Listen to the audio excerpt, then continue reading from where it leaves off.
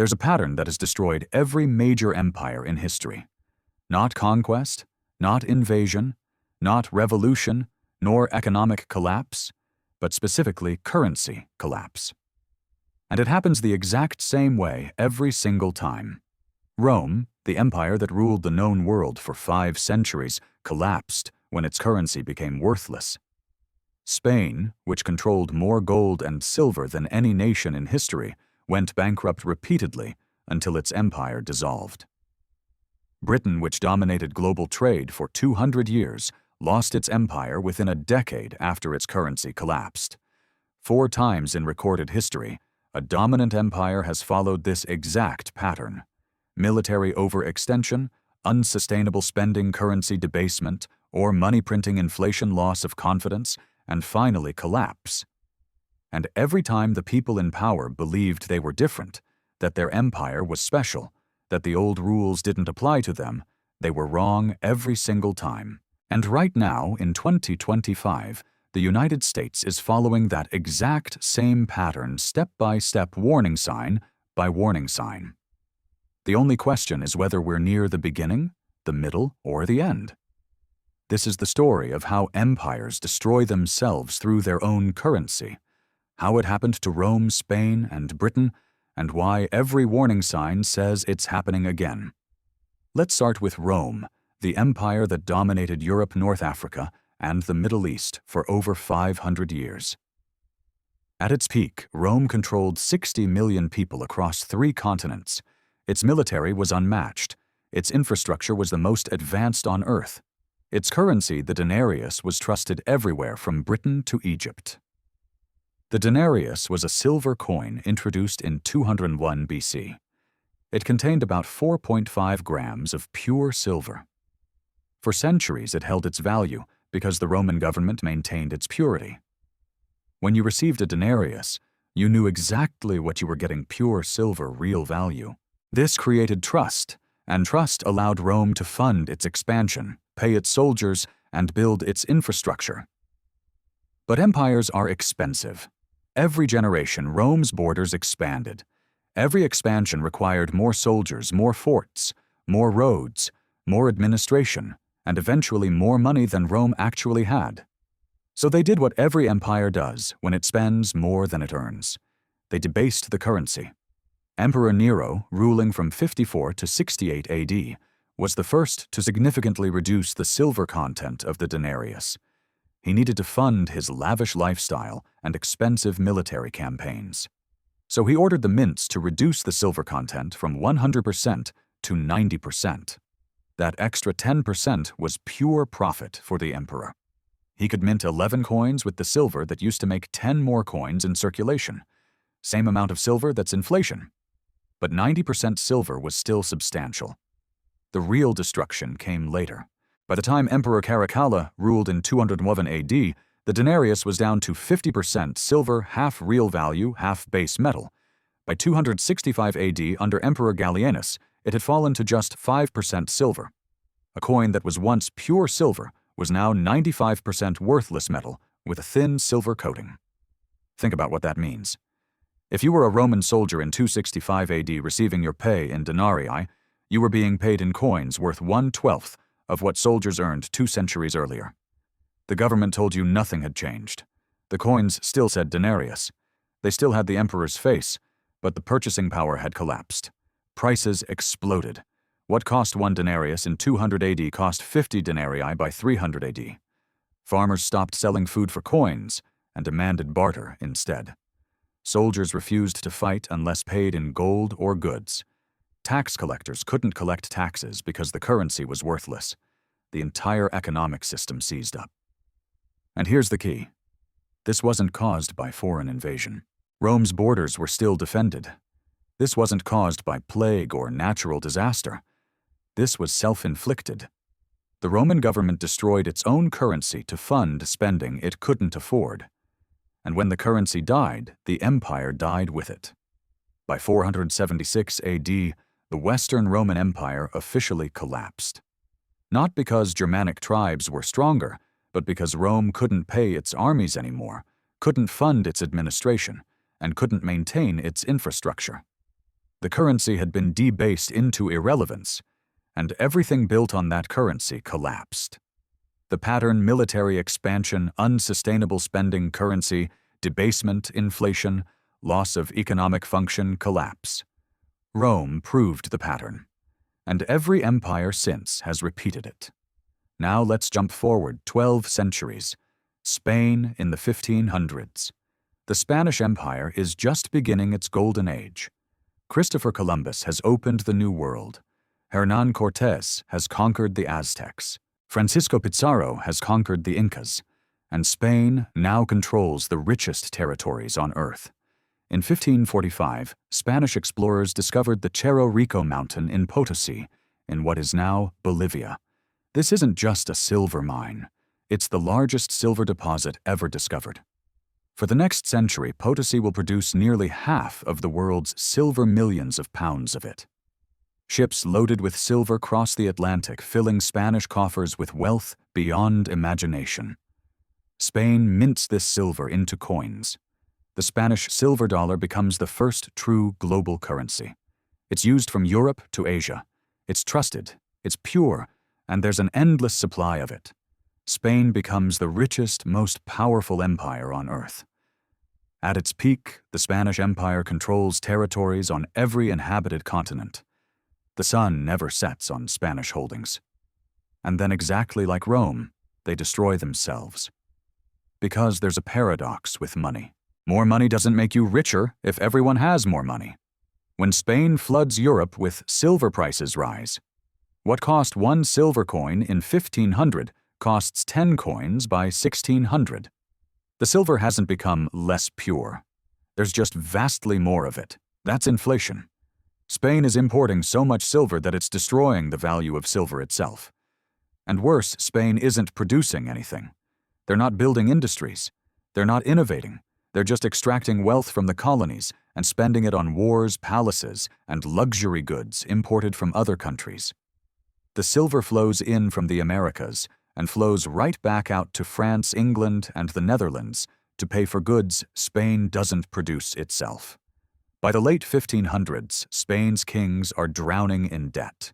King Philip II, ruling from 1556 to 1598, inherits massive debt from his father Charles III, million ducats in debt. And rather than cut spending, Philip borrows more. He fights wars on multiple fronts against the Ottoman Empire, against Protestant rebels in the Netherlands, against England, and when the debt becomes unpayable, he defaults. In 1557, Philip II declares bankruptcy and suspends all debt payments.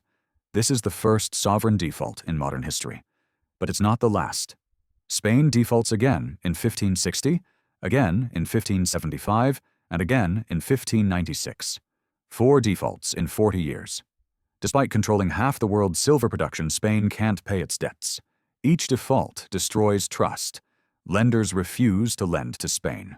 Interest rates on Spanish debts skyrocket, and the government responds by debasing the currency. They start minting coins with less silver. They introduce copper coins that are supposed to be worth as much as silver coins. Nobody believes it. The currency loses credibility. By the 1600s, Spain is in terminal decline. The military can't be funded. The colonies begin to break away. And when the 30 Years' War ends in 1648, Spain signs the Peace of Westphalia, which marks the beginning of the end. By 1700, the Spanish Empire is essentially over. The country that once controlled the world's wealth had spent and borrowed itself into irrelevance.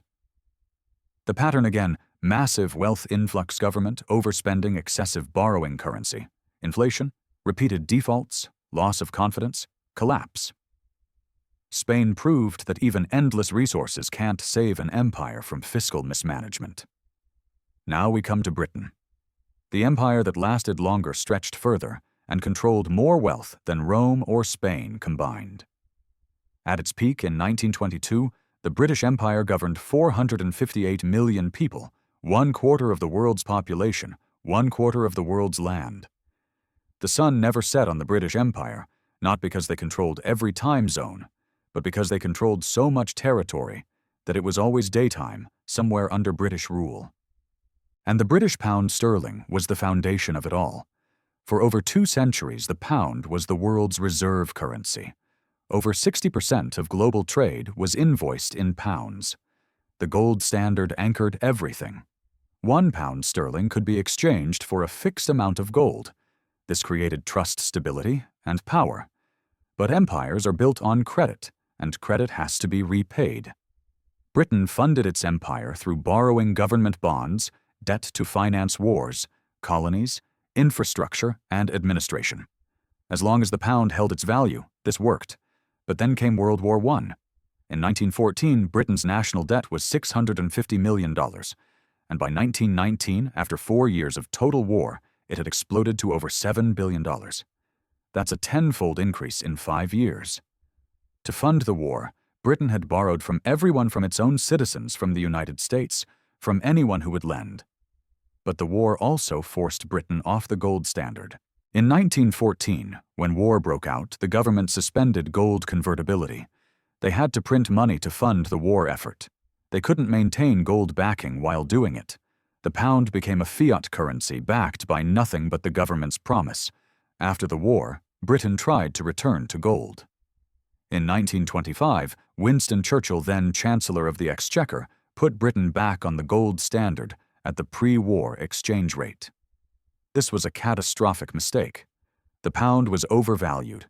British exports became uncompetitive. Unemployment soared, and the government had to maintain high interest rates to defend the currency, which crushed economic growth. By 1931, Britain was forced off gold again permanently. This time the pound was devalued, and trust in British currency began to erode. But the real destruction came after World War II. Britain entered World War II already deeply in debt. The war cost everything.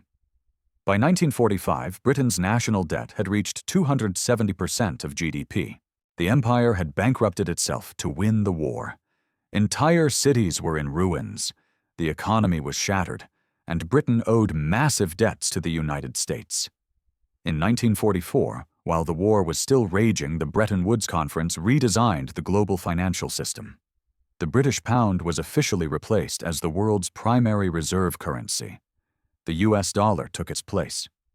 Britain fought desperately to preserve the pound's status, but it was over. They had the debt, but not the gold or the economy to back their currency anymore. What followed was a slow, humiliating decline. In 1947, Britain tried to make the pound convertible again. The experiment lasted 6 weeks before a run on the currency forced them to reimpose controls. In 1949, the pound was devalued by 30%. In 1967, it was devalued again. Each devaluation destroyed savings, crushed confidence, and signaled to the world that Britain was no longer a first-rate power. Meanwhile, the empire disintegrated. India gained independence in 1947. Egypt nationalized the Suez Canal in 1956. And Britain's military response was a humiliating failure. Colony after colony broke away, not because they were conquered by outside forces, but because Britain could no longer afford to maintain them. By the 1970s, Britain was on the verge of becoming a failed state. Inflation hit 25%. The government went begging to the IMF for a bailout. The pound, which had once been the world's reserve currency, was now a symbol of decline. The empire that controlled a quarter of the earth had lost it all within 30 years, not through military defeat, but through currency collapse and debt. The pattern once more: war debt, currency, debasement, loss of reserve status, devaluation, inflation, imperial collapse. Britain proved that even the strongest empire can fall within a single generation when its currency fails. Which brings us to now. The United States, the current empire, the current reserve currency. And every single warning sign that destroyed Rome, Spain, and Britain is flashing red. Let's start with the currency. The US dollar has been the world's reserve currency since 1944. After World War II, the Bretton Woods system made the dollar the global standard. It was backed by gold, $35 per ounce. Other nations pegged their currencies to the dollar, and the dollar was as good as gold, literally. But just like Rome, just like Britain, the United States started spending more than it had. The Vietnam War, the Great Society programs military bases around the world. By the 1960s, foreign governments noticed that America was printing more dollars than it had gold to back them. France, under Charles de Gaulle, started demanding gold in exchange for dollars. Other nations followed. The gold was leaving Fort Knox. The bluff was being called. In 1971, President Nixon closed the gold window. No more gold backing. The dollar became a pure fiat currency, just like the debased Roman denarius, just like the pound after 1931, backed by nothing but trust and the government's promise. At first it seemed fine. The petrodollar system established in the 1970s created artificial demand for dollars because oil was priced in dollars globally. But the spending never stopped. The debt kept growing. In 1980, U.S. national debt was $900 billion. By 2000, it was $5.6 trillion. By 2020, it was $27 trillion. Today, in 2025, it's over $36 trillion. That's a 40-fold increase in 45 years. And it's accelerating. But the debt is only part of the story. Like Rome debasing the denarius, like Spain flooding the world with silver, the United States is printing money. Since 2008, the Federal Reserve has created trillions of dollars from nothing. Quantitative easing, they call it, necessary to stabilize the economy. During COVID, they printed over $4 trillion in 2 years, more money created than in the previous century combined. And just like every empire before, they told us it wouldn't cause inflation. That modern economics had solved the old problems, that we were different. We're not. Inflation hit 9% in 2022. Real inflation, the prices you actually pay for food, housing, healthcare, is far higher. The dollar is being debased slowly at first, but the pattern always accelerates. And just like Britain, the United States is losing reserve currency status. In 2000, over 70% of global reserves were held in dollars. Today, it's 58% and falling. The BRICS nations, Brazil, Russia, India, China, South Africa, and new members are actively building alternatives. They're trading in local currencies, creating new payment systems, reducing dollar dependence. China and Russia are buying gold aggressively. Central banks worldwide are diversifying out of dollars. The world is preparing for the dollar to lose its dominance, just like they prepared for the pound to fall. The pattern is unmistakable. And here's the most dangerous part. The United States has the same problem Rome had: military overextension.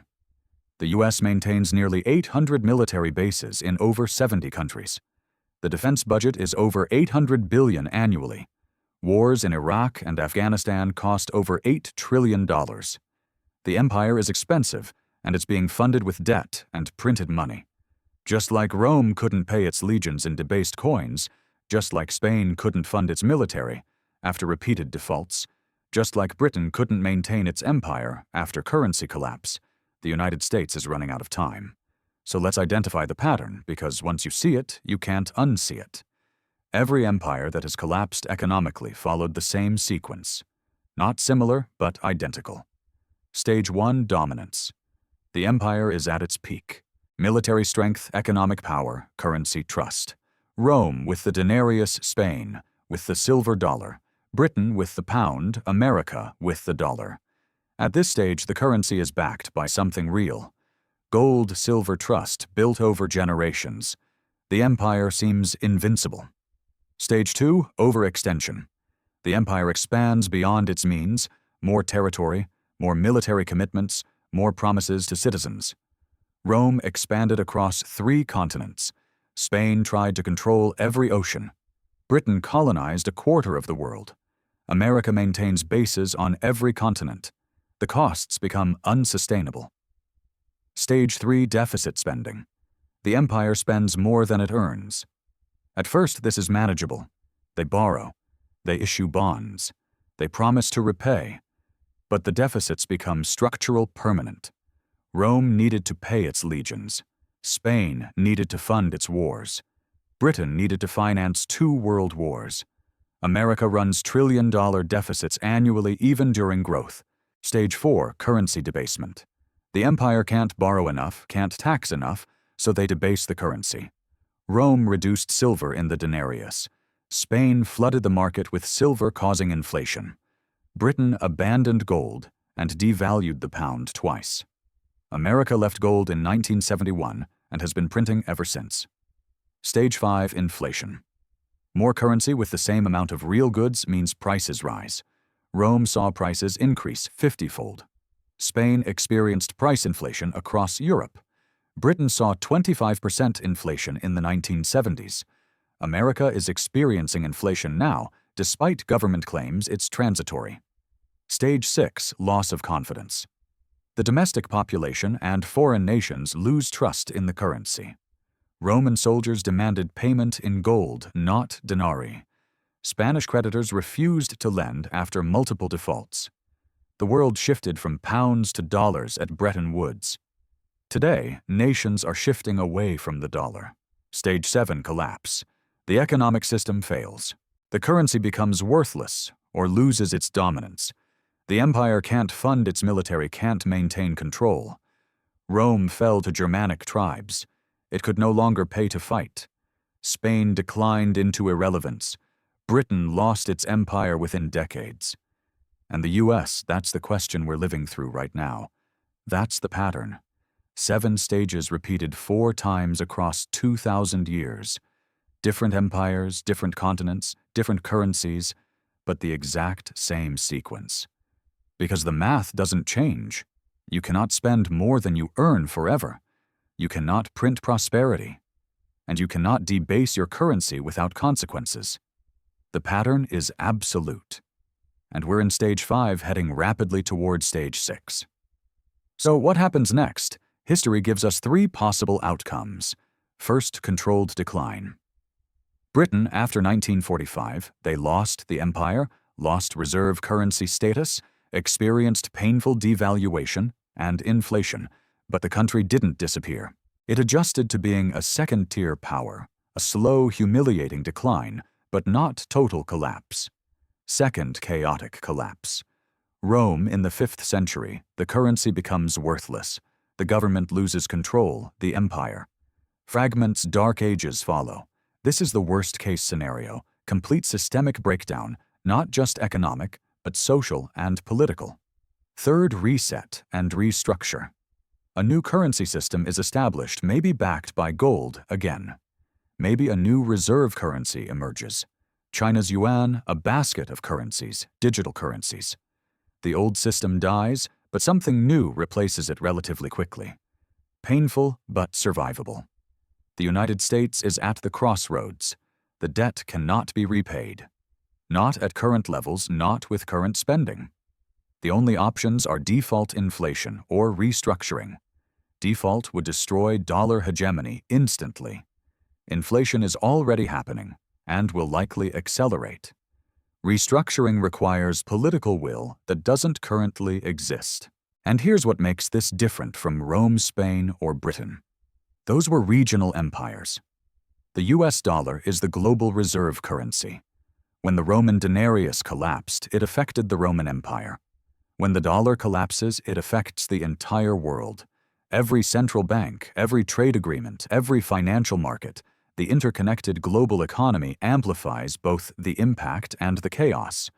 But the pattern says it's coming. Not because of prediction, because of precedent. 4 empires, 4 currency collapses, 4 identical sequences. The math of empire is unforgiving. You can delay it, you can deny it, but you cannot avoid it. Rome debased its currency to pay its legions. The denarius died. The empire fell. Spain flooded the world with silver. Inflation destroyed its wealth. The empire declined. Britain borrowed to fight 2 world wars. The pound collapsed. The empire dissolved. And now the United States prints trillions, runs endless deficits, and believes it's different. It's not different. The pattern doesn't care about American exceptionalism. It doesn't care about military strength or technological advancement. The pattern is economic, and economic laws are as absolute as physical laws. You cannot print wealth, you cannot borrow forever, and you cannot debase your currency without destroying your empire. 4 empires, 4 collapses, 4 identical patterns. The only question left is timing. How long until stage 6? How long until the world loses confidence in the dollar?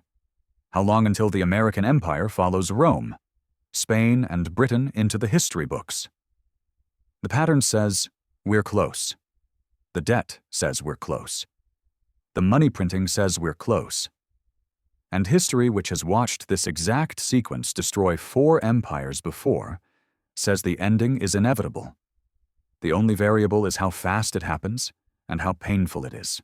If this gave you a new perspective, subscribe, because when the pattern completes, you'll want to understand what happened and why. History has the answers, and the pattern never lies.